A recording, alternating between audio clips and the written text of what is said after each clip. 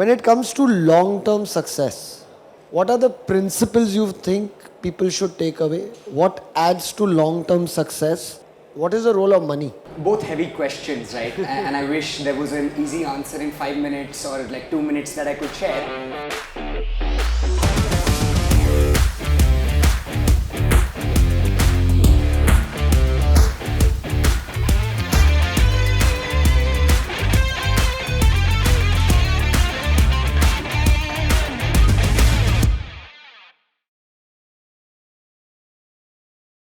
On behalf of Sharekhan and on behalf of Aarthagenix, I would like to first welcome and thank Twinkle and Jivraj for taking the time out and being here with us today. Jivraj, in fact, has travelled all the way from Delhi today to be with us. Just to give you all a sense, see, Aarthagenix is something which has been started as a platform to help a lot of college students understand money better. So the idea that Aarthagenix team had, and that's why Sharekhan partnered and that's why you guys are here, was a lot of us, and I think this is, I personally feel it's a fundamental problem with our country. Money management, or what I call as what is the part to having a secure financial future has never been taught. And I think because of that, most of us have made some mistakes in our lives. So this platform of Aarthagenix is to help these kids start right from the get-go. So that's the main agenda. We're also recording this because this will go out to a larger audience, because that's the power of social today. But you'll see a lot of my questions will be based more to address the, what we call as the younger ones coming in, supposed to make the big bucks hopefully soon. So to kick it off from both your perspectives, so this is a common question. See, Twinkle, from your perspective, you're a CA. And by the way, there's a lot of CA students I met yesterday as well. From being a CA to going into becoming an influencer, okay? And for you, Jivraj, if I look at your background, like you were just telling me, from trying a startup to today you fund startups, right? But still you're choosing to be an influencer. So I just want to understand, both of y'all didn't need to do this. And a lot of kids, I think, look out to becoming that. So why did you all choose to get into, having the what I call as the side hustle of an influencer?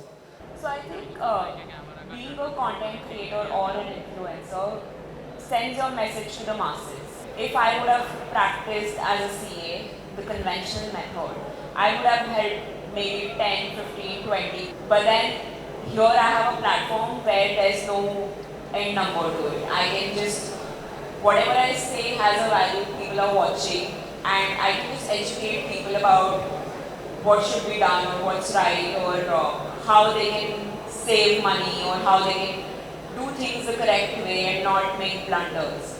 So I think this was one of the reasons that I chose the platform, was to reach the masses, to say solve the problem on a larger level. No, that's I follow Twinkle's content a bunch, and I have the pleasure of being a friend as well. So I can tell you that the work that goes into doing what she does is just incredibly hard to pull off, and it's so impactful for even people like myself, right? Because I constantly learn. For me, the journey's been different from the lens that I realized early after graduating BCom that hey, my job isn't going to get me far. And the great part about startups is that startups, in my opinion, are the biggest economic lever in the society to actually uplift you. A great example is Ritesh Agrawal of Oyo, 19 years old, started Oyo, runs a multi-billion-dollar company today. That is the second largest hotel chain in the world. So if somebody like him can do this, then more people like us should be able to. And so because of that, I actually started building my own company. Realized I don't know how to do this. And coming from Kolkata, I realized that hey, I didn't have access to people like a lot of the founders in Bangalore, Delhi, Bombay. And so I had questions in my mind, and so did my peers. And for me, the podcast that I started, Indian Silicon Valley, became my way to answer questions that I had in my head, and also ensure that knowledge should not be a bar to getting to that level of excellence when building a company. So it started off as a means to answer my questions, my complexities, and then it became bigger than me. I also reckon, by the way, a side hustle is, I'm not sure the best way to position this. I spend maybe 10-15% of my time is actually 90% of my identity, 90% of my transformation in life. It's become so much of what I do, and I think the impact, as Twinkle also pointed out, right, is massive, right? So just to help a lot of these kids understand, see, so from your perspective, Jivraj, you have a what I call as a larger ambition of how you want to help startups, right? So so you need to spend time focusing on, which startups you're going to invest in for your investors or your VCs. Twinkle, from your perspective, the sense I get is you're also doing regular work as a CA, and then you're also doing this.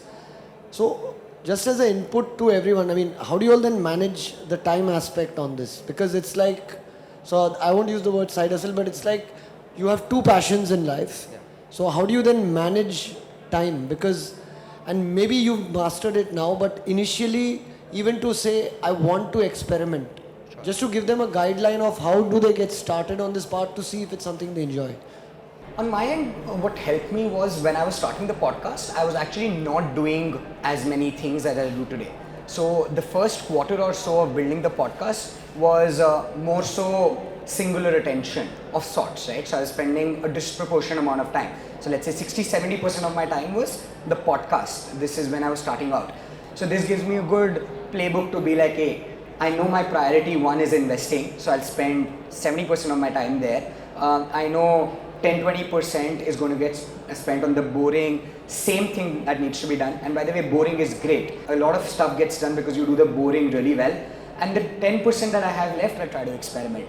That's how I try to split time, and that's the framework in my head. So when I started with content creation, I was doing everything on my own, from research to ideation to editing to posting. And with time, I realized I need to do other things also, but I have 24 hours like everyone else does.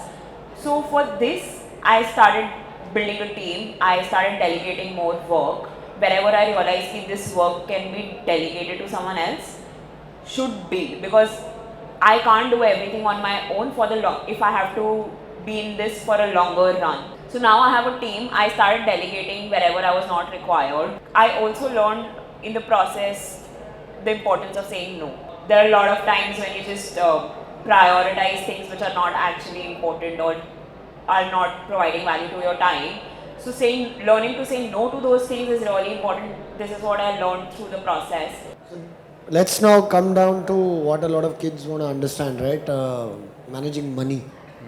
So Jivraj, this is for you specifically. You interact with a lot of VCs who are, relying on your advice, your insights on which are the startups you think have potential. So from your personal perspective, see, because you are looking at investing at a very different level and a different, not what most of us live and breathe every day. For your personal self, what's your view on investing as a approach and philosophy, and where do you invest? I mean, you don't need to get specific, but what's your approach since you look at it from a very different level? I have to caveat this by saying that angel investors and like VCs are very risk seeking, right? Which may not be applicable to everyone in general, because that's not the ideal way of managing 100% portfolio for a general person, right? VC as an asset class is high risk, it's extremely illiquid, and it's very long term. All of the things that are opposite to public markets, which are liquid, which are shorter term if needed, and which has a general risk profile. So that's the caveat. Having said that, the way I've looked at things and the way I learned from founders who've made it big, or VCs who also made it big, is that you leverage your privilege in a good manner. What does that mean? I'm young, I have less dependency, I have less responsibility, which means that I can participate in a high risk asset class. So my personal wealth, for instance, is heavily indexed into startup investing. And the big bet that I'm taking is that, hey, if India has to grow, startups have to contribute to it. The macro bet is that we'll get to a 5 trillion economy, then to a 10 trillion economy. In other geographies, it's happened via startups. So you take that macro bet, and I rely heavily on startups becoming successful. And as a consequence, my risk profile also returning high money. Having said that, somebody also once on my podcast said that founders are actually not great risk takers, they are great risk mitigators. So they can calculate risk well and then calculate which risk to take. So while heavily I'm indexed into startups, there's also part of my portfolio which is into extremely safe asset classes, right? Which is that I do my monthly SIPs, I have my FD spark, which is again a debatable topic, but I want to be safe on some things like in life, right? So I think there's a combination that I figured out for myself, but the two key learnings for me have been leverage your privilege to your advantage, which is that if you're young, if you can take risks, and if you have the ability to be able to participate in a high risk, high return asset class, maybe give that a shot knowing the risk return. And if you can't, then figure out your own balance. For me, what works is my big bet is startups. At the same time, I have some things in the general asset classes, FDs, mutual funds, and some public stocks as well. Okay, thanks. I was told you keep emphasizing start small but start. That's one rule. And I think you mentioned how you started with FDs yourself. So let's talk about what is your input to a lot of young people who like say, get into a job or get into some kind of a business between risk and, a secure investment. What's your advice for them? How should they view it? So I started when I was doing my CA, of course, I was doing articleship. I had to do articleship. So my stipend was just 2,000 rupees. And with 2,000 rupees, what can you do? Whatever I earned went into petrol expenses for my conveyance. So I was hardly left with anything. But then after clearing CA, till then I had no investments. Till I was 23, I cleared my CA at 23. And then after that, when I started I got into a corporate, and then I was working with them, and then whatever I was able to save, because it was my first salary, I didn't have that risk-taking capacity. I didn't want to lose it all because this is your first earning in a good way, and then you don't want to risk it all. So I started with fixed deposit, and I still think one should not just put everything at risk, whatever they are making, whatever they are saving. There should be a proportion. The younger you are, you should be investing that money firstly in yourself. You should not be penny wise, pound foolish, that not investing in yourself and then just partying or just not living a very splurgy life. I think better invest somewhere, but then invest in yourself first in a way. If you want to do some course, do it first.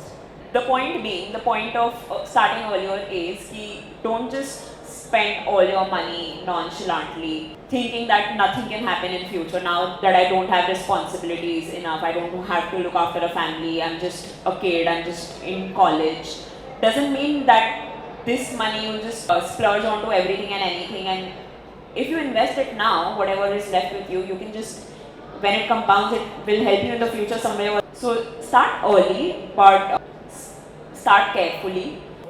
I mean, you're a CA, and most people assume if you're a CA, you do your own direct stock picking. But you mentioned you do a lot of mutual funds. So, any reason why you choose to do mutual funds rather than doing stock picking on your own? I think that requires a lot of time and a lot of monitoring, which I'm not keen on doing. Because if one is into investing in stock market, they have to keep a track of it. You can't, and I believe in long-term investment. Options trading. No. So I just put it somewhere where I know it will give me returns in long time. So, see guys, this is one thing I think everyone should remember. We all just assume a lot of these things, and like she said rightly, if you're going into the stock market, if you're not going to put your own time to understand where your money is going, and that doesn't mean, like she said, MRF, everyone has a MRF tire, so I will put money in MRF. That's not how it's done. Trust me. So when you don't know, it's better to rely on a thing like a mutual fund where there are experts who are doing it. So I asked that question on purpose because a lot of people have these assumptions. Okay, coming back to you. Sorry, you were saying something. No, I was just saying if one is keen on putting their money in stock market but don't have time, then they can hire some expert for it. Yeah. But then putting your own head into it, you have to be there. You can't just put it and then expect it to grow and then cry over if it doesn't. Yeah, I agree. So guys, she's given me a nice plug-in. Sharekhan does this for people. We advise people on how to manage your money when you don't know how to. But having said that, like she said rightly, there is always an option called mutual funds where you don't need to do a lot of the thinking. There's someone who's thinking on behalf of your money. And the regulator, thankfully, is making the mutual fund houses more and more responsible for what they do with the retail investors' money. And the second thing I would take away from what you said and what people need to understand is, what is your risk profile? See, she gave you the formula, age minus, and you can apply that. But that doesn't necessarily mean it works for everyone who's 25 years old, that 75% of the money can go in risk. Not all of us can handle the same amount of risk. There are people who will say, I lost $100. It just fell out of your pocket. It's a big deal for them. They don't like it. And there are others who will be saying, it's just $100. So this risk profile, and it's very individualistic. So while there are formulas, please remember this as an important point. When it comes to long-term success, because that's the lens you always work out of in your profession, what are the principles you think people should take away? What adds to long-term success? Second is, what is the role of money? And here I want you to answer it more from an individual's perspective, not from a company perspective, because what should they take away if they want to be successful in the long term as an individual? And what principles you would say, and what's the role of money? How should they lens that? Both heavy questions, right? And I wish there was an easy answer in 5 minutes or like 2 minutes that I could share. But quickly summarizing what I've learned from, I've had the absolute honor of talking to almost 180 founders on my podcast, right? Most of them are somewhat successful in the longer scheme of things. One thing is being proactive, and I try to live by it. I also try to think of it like intentionality. Can you be forward-looking about your career? Can you be forward-looking about your life? Can you decide what you want to do, as opposed to follow conventional wisdom, as opposed to follow what other people ask you to do, or as opposed to not being thoughtful about what you want to pursue? So being intentional about your life or being proactive. If you realize, most of us are actually reactive. So when the opportunity presents itself that we have to go to college, we think of what we want to pursue. When the job placements come in on campus, we think of what the seniors have done, what is aspirational on campus, as opposed to really diving deeper into what we want to pursue, right? So I think that's one thing that founders really, really live by. The second is understanding that life requires trade-offs, right?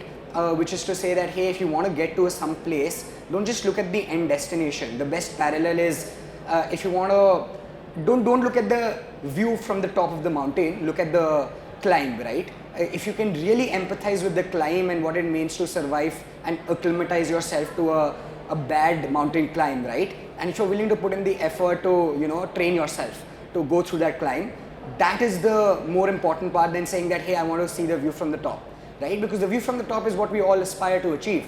However, the tougher part is to really understand what it means to get there and then prepare yourself for it. So if you can really understand those bits, it'll take us far.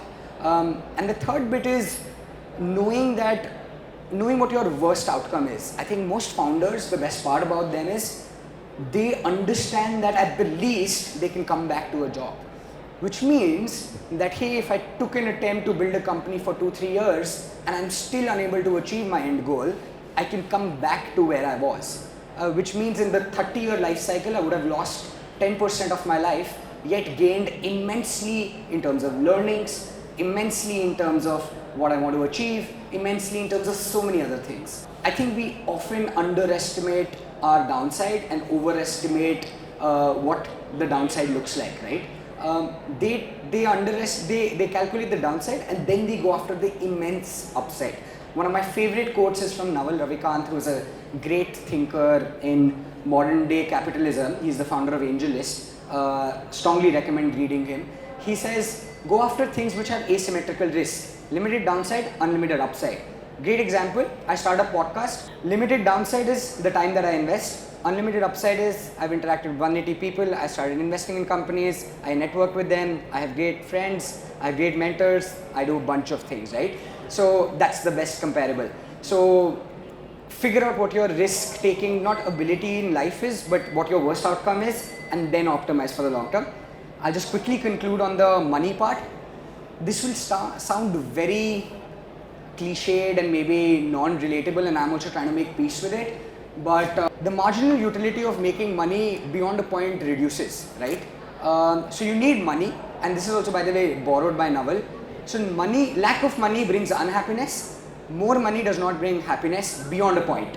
So figure out what that point is in life. And I've made calculations for myself, and if you reach that point, then be able to then buy freedom to do other things that give you joy, that bring you satisfaction, that bring you skills, that bring you impact, that give you purpose. So figure out what that point looks like. That I think is my money making formula as well, and that I've heard from a lot of people, that beyond a point, even the best capitalistic people, right, they get to that point and then they start chasing other things. So figure out what that point looks like and you'll be good. Thank you.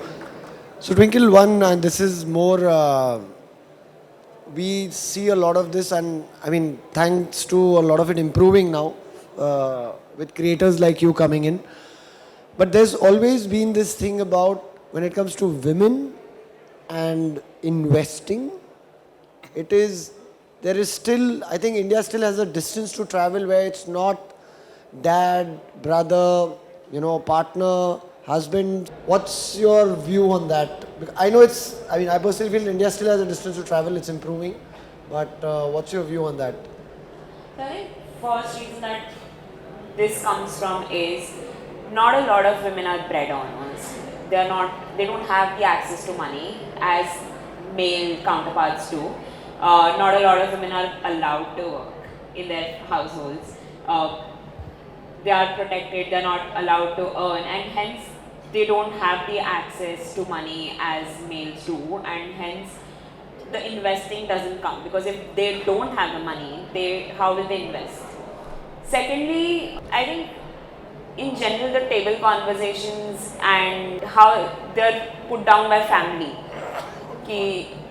Because even in my case, I've seen my father work and my mother having the pin money which she manages the whole household with. I've learned money management from my mother. I have not learned it from my father. My father is a bread earner, but my mother is a money manager.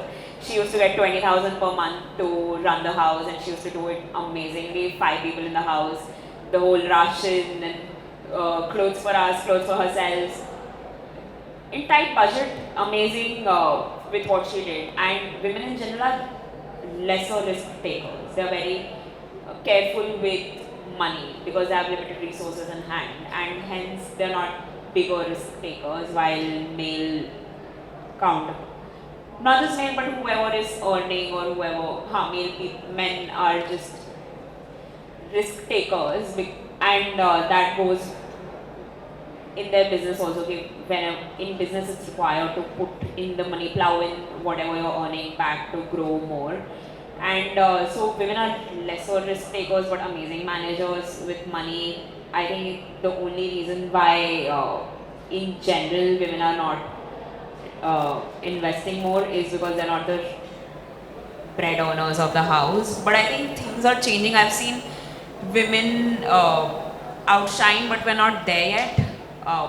And also they are not given the equal respect or equal say in things like men are always. Like if for example, if a woman says something and the same thing is said by a man, a lot of people hears the man and not the woman because they think that she does not have the experience. So I think the confidence is lacking somewhere in women.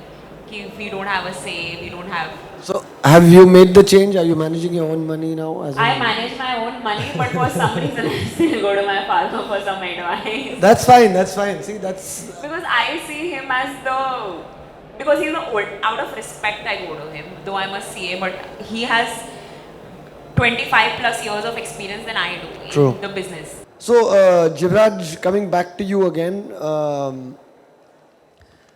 from your perspective, you've worked with startups, or rather you interact with a lot of these founders, you interact from a VC lens. What's been the most rewarding part of the experience for you, where you stand today?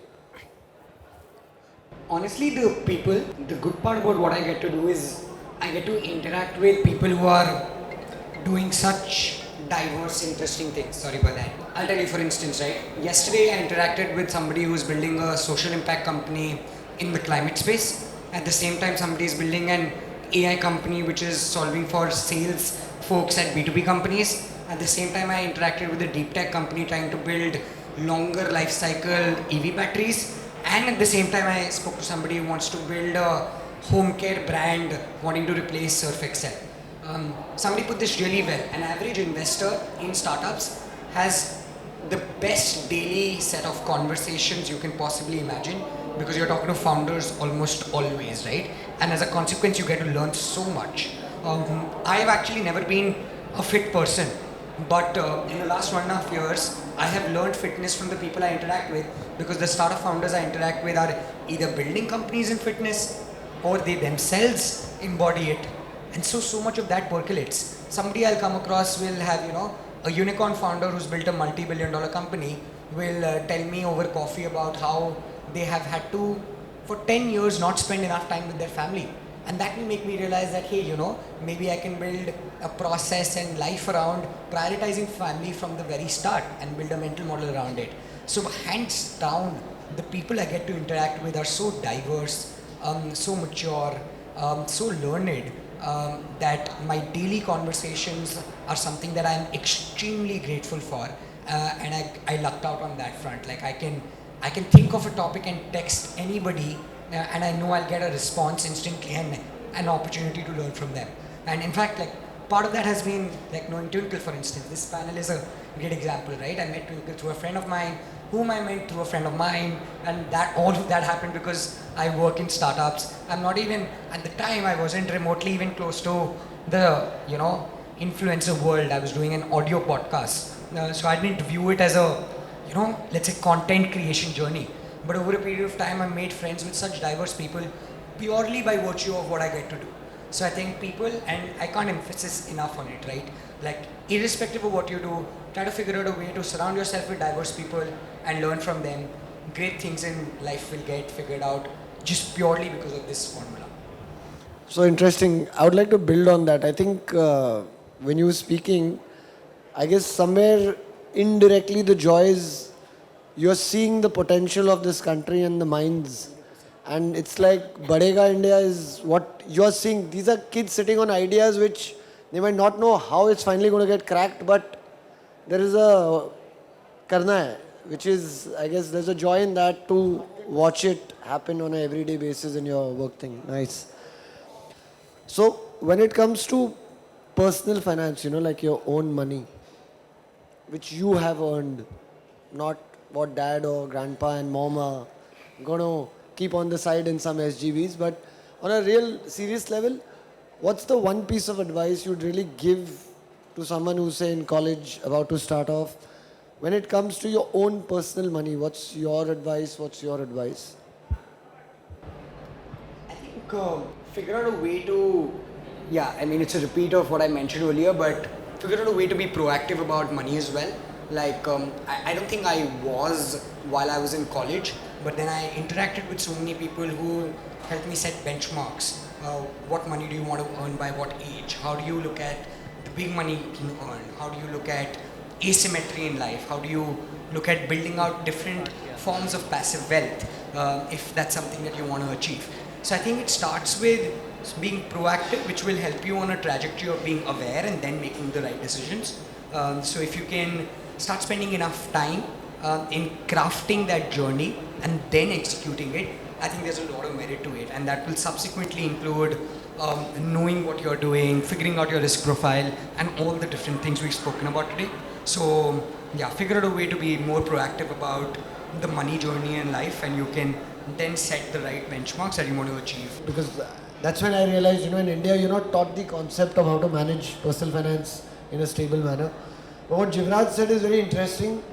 See, he's talking about be proactive about your money. Okay, and this he's talking about where that money is going to do something bigger for you.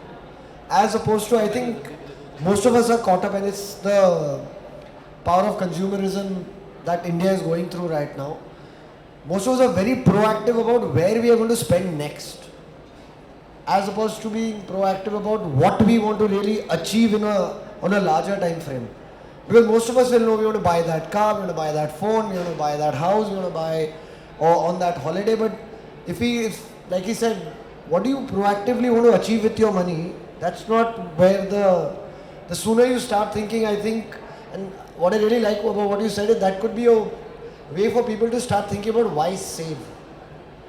Because I know the truth is today the way the lives we live because of marketing, people like me who throw that at you, but it's very difficult to think about saving, right? Because we all are still caught up, and like Twinkle was saying, we get caught up with what somebody else is doing, and then that becomes our dominant force. So anyways, Twinkle, what's your take when it comes to hard-earned money? What's your advice to people who will start off on the journey? Agreeing to what you said, one should not be influenced by what others do. When you're younger, you should be focusing on your needs. Like for example, I'm not a spender. I don't have too much shopping ke shauk. I live very simply that way, and I see a lot of people around me. They buy a certain brand or certain because it just looks nice, and then looks nice to others, not for themselves, and then it will, because others are wearing it, that way they're just spending all the money that they earn and have nothing to save. So I think just be true to yourself. Don't try to be something and in the process lose all the money that you're earning. Invest in yourself. One thing that I would really recommend someone who's just starting out, invest in yourself. Don't cut out on expenses that are necessary for your future. If you want to study, this is the time, please study, because then later, once you start working, hardly anyone gets time or energy to study. So study or buy things that are good for yourself. See if it's helping you make more money. In fact, the other day I was just asking my friend, should I want to buy this brow pencil, should I get it? It's very expensive. And he's like, will it help you with your business? Just ask yourself this question. If it does, then buy it. If it does not, don't go for it. Rather buy something else. And I have other expenses lined up, so I did go for it. And then, so one thing is invest in yourself, and the other one is be true to yourself. Don't splurge out unnecessarily. And third one, take charge of your finances. You should know where your money is coming from, where it is going, because I see a lot of people around me, and specifically female friends, I don't know why, that they have zero clue about where their money is coming from and where it is going. And then at the end of the day, they are like, इतना tax क्यों भरने को आ रहा है, इतना मेरे पैसे मैंने कमाए तो इतने थे, गए कहाँ पे? Because they had keep monthly MISs, check your money every month, every week, whatever works for you. See if you have insurances in place. It's very necessary to have insurance. If you're married, see if what you are nominee to, because if something unexpected happens, you should know that you are entitled to this much money. So I have friends who are very educated, who are the best of the best brains, but have zero clue about where their money is coming from, have zero investments, because they think that their spouses are looking after it or their parents are looking after it. So keep charge of your finances, the third one and the most important one. Thank you guys. Investments in securities market are subject to market risks. Read all the related documents carefully before investing.